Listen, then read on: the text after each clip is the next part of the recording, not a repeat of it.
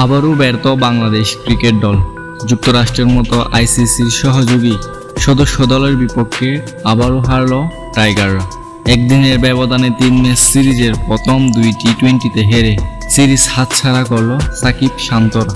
টানা 2 ম্যাচে হেরে টি-20 ক্রিকেটে প্রথম দল হিসেবে 100তম হারের লজ্জার রেকর্ড গড়ল বাংলাদেশ। 2006 সালের পর থেকে আন্তর্জাতিক টি-20তে 168 ম্যাচ খেলেছে বাংলাদেশ ক্রিকেট দল। তার মধ্যে মাত্র 68 ম্যাচে জয় পেয়েছে টাইগার, আর রেকর্ড 100 ম্যাচে হেরে গেছে। টি-20তে প্রথম দল হিসেবে 100 ম্যাচে হারের বাজে রেকর্ড গড়ল টাইগাররা। বাংলাদেশের চেয়ে এত বেশি পরাজয় অন্য কোনো দলের নেই।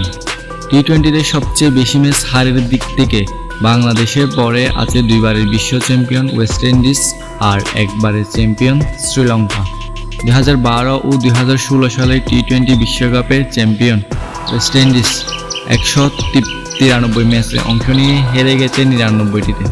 আর 2014 সালের বাংলাদেশে অনুষ্ঠিত টি-20 বিশ্বকাপ চ্যাম্পিয়ন শ্রীলঙ্কা 189 ম্যাচ খেলে হেরেছে 98টি।